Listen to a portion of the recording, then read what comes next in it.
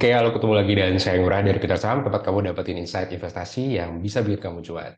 Saat hari ini saya bakal bahas saham Sari Roti, PT Nippon Indosari Corporation, terbuka. Jadi kalau kamu suka roti, itu sering belanja di Indomaret. Kenapa Indomaret? Karena mereka relate.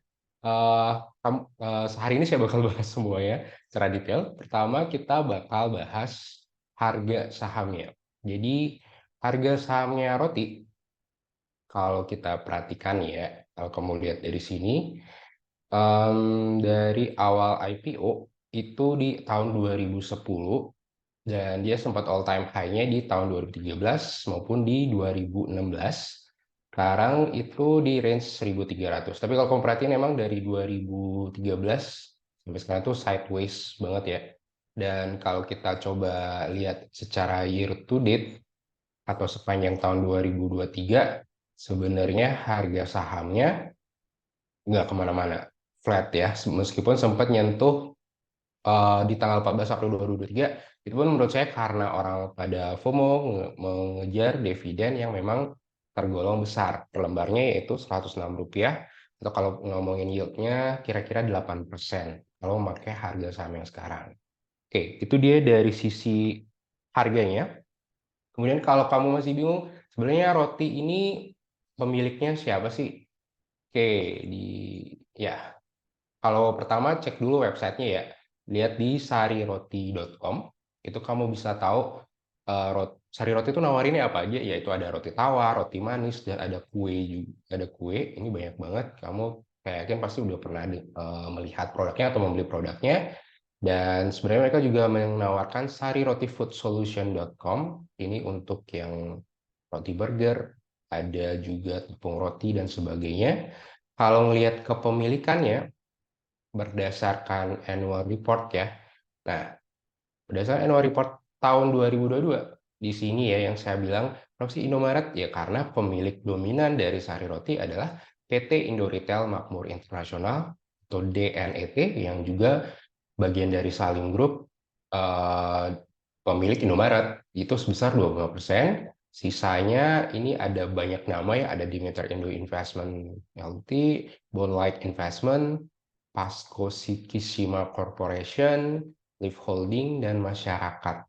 Masyarakatnya cuma 8,91%. Ini yang menurut saya kenapa dia ya tidak terlalu liquid jatuhnya ya, tidak terlalu ramai transaksinya. Dan bahkan saham treasury-nya itu 7,81%. Saham treasury adalah saham yang dibeli kembali oleh si perusahaan, dalam hal ini Sari Roti, eh, karena dia menganggap harga sahamnya kemurahan dengan tujuan menaikkan valuasi. Tapi ada ini ya, ada syaratnya yaitu saham treasury itu wajib dijual kembali dalam kurun waktu tertentu. Jadi nggak boleh di hold terus. Nanti dia bakal harus jual itu. Seperti ini kepemilikan sahamnya si Roti dan detailnya, nah ini ya, PT Nippon Indosari Corpindo ya namanya ya. Ini di netnya Indomaretnya, ini Antara Salimnya, dan sebagainya dan sebagainya.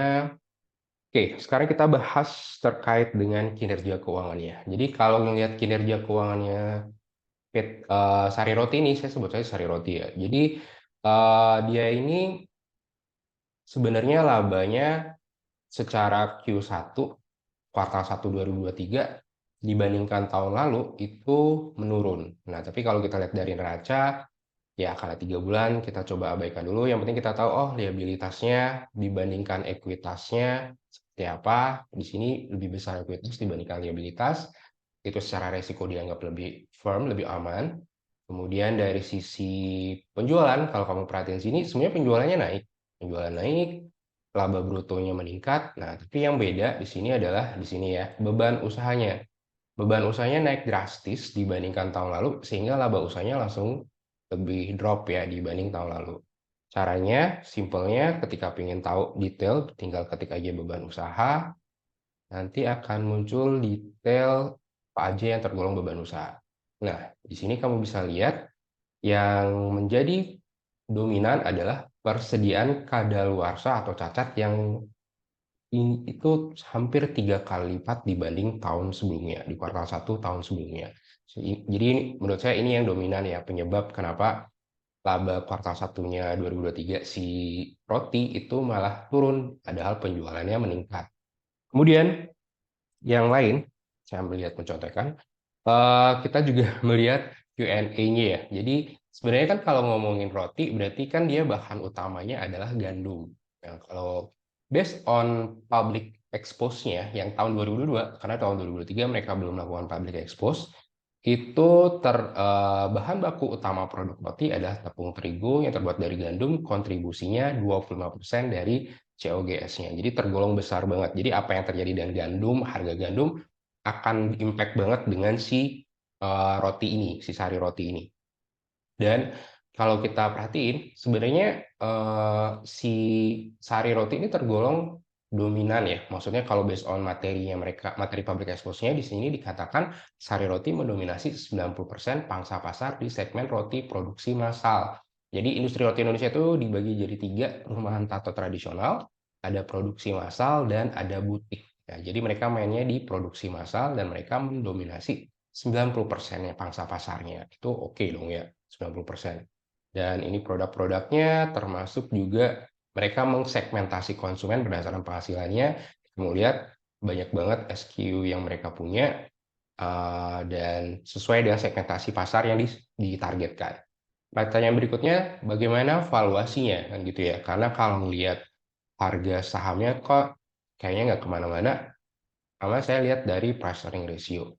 Price earning ratio dengan asumsi laba. Nah, untuk asumsi laba bersih tumbuh berapa tahun ini, saya mencoba mencari data, tapi ternyata tidak ada data targetnya ya. Jadi tidak ada publish berapa sih sebenarnya mereka targetin laba bersih tumbuh tahun 2023. Sehingga saya asumsi ya udah coba 10% dulu dengan asumsi based on price earning ratio 1 tahun terakhirnya itu 23, itu di angka Rp1.800. Dengan harga sekarang 1.300, maka masih tergolong murah dong harga sekarang. Cuman sekali lagi kelemahan metode price earning rata-rata seperti ini adalah kita menganggap semuanya ya udah rata-rata, dan kita belum tahu 23 ini sebenarnya murah kalau kita compare dengan perusahaan lain sejenis atau mahal. Nah, kalau perusahaan roti setahu saya yang sudah go public di Indonesia baru Sari Roti aja ya. Tapi kalau makanan ada banyak dong. Cuman kalau ngomongin roti tawar dan sebagainya kayaknya Sari Roti aja. Mohon dikoreksi kalau salah. Dan kalau untuk PBV-nya sendiri, proyeksinya bakal di angka Rp1.380. Nah, dengan price earning 32. Price book value di angka 3,22. Sekarang kita coba cek nih dari sisi yang lain, second opinion-nya. Coba kita lihat analisisnya di Stockbit. Oke, konsensus yang Stockbit kumpulkan mentargetkan di 1863. Hampir mirip ya sama saya 1823.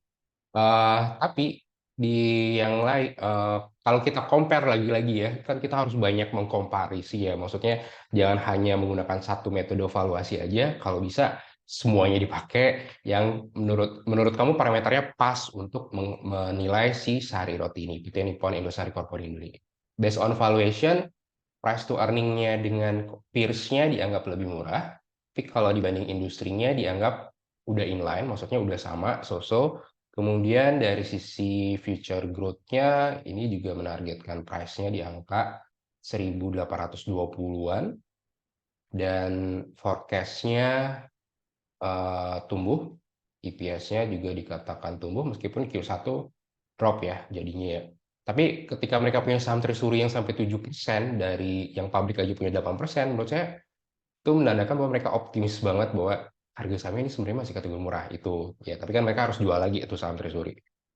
Dan dari sisi ownership kalau kita lebih detail lagi, nah ini kelihatan general publicnya emang rendah banget ya, cuma 7,2 jatuhnya, karena ada individual insider itu maksudnya manajemen, pemilik utama dan sebagainya, founder, kemudian ada institusi, ada public company yaitu Dina tadi, private company. Nah ini terlihat ya data-datanya. Jadi ya itu nggak terlalu liquid. Oke, dan bagaimana dengan harga gandum sendiri based on trading ekonomi diakses hari ini tanggal 16 Juli, forecast-nya diperkirakan turun harga gandum. Jadi kalau harga gandum forecast-nya turun atau paling tidak sama, oke kita lihat dari grafik sebenarnya mirip dengan harga 2020-2021 ya, sehingga sebenarnya nggak turun-turun banget kan. Ini heboh gara-gara yang terjadi di Eropa kemarin kan, di tahun lalu kan. Oke, sekarang kita lihat teknikalnya.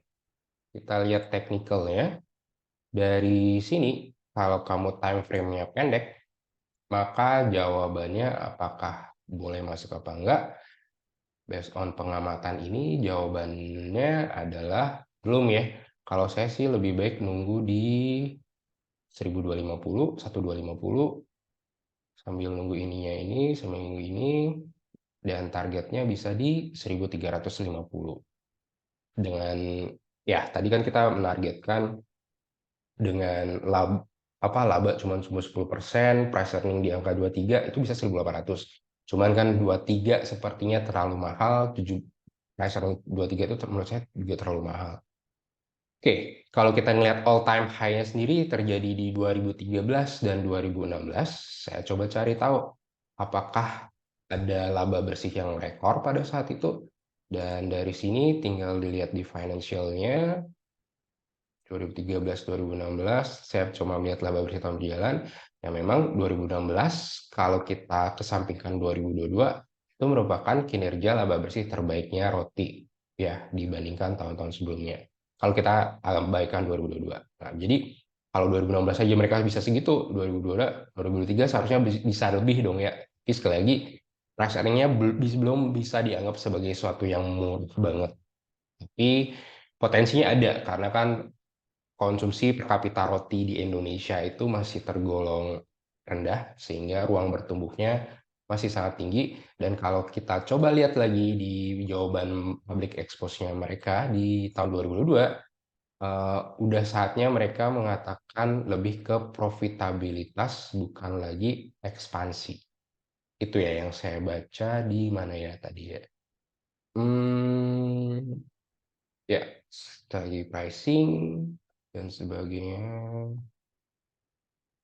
Ya, ini dia ya. Jadi, perusahaan ini kan banyak nih bangun pabrik untuk produksinya. Mereka bakal punya di pabrik di Pekanbaru lagi, sehingga sudah saatnya mereka bilang untuk fokus ke profitabilitas, bukan lagi ke ekspansi. Ya, oke, itu aja dari saya. Thank you. Semoga bisa memberikan insight buat kamu. Ingat ini disclaimer on ya, bukan untuk rekomendasi buy, sell, or hold. Dan saya sendiri nggak ada posisi di roti. Ingat, sesuaikan dengan tujuan keuangan kamu. Membeli saham itu sesuai dengan profil risiko. Time frame-nya juga, perbedaan time frame atau perbedaan pilihan sahamnya. Dan terakhir, semoga sehat dan cuan selalu buat kamu.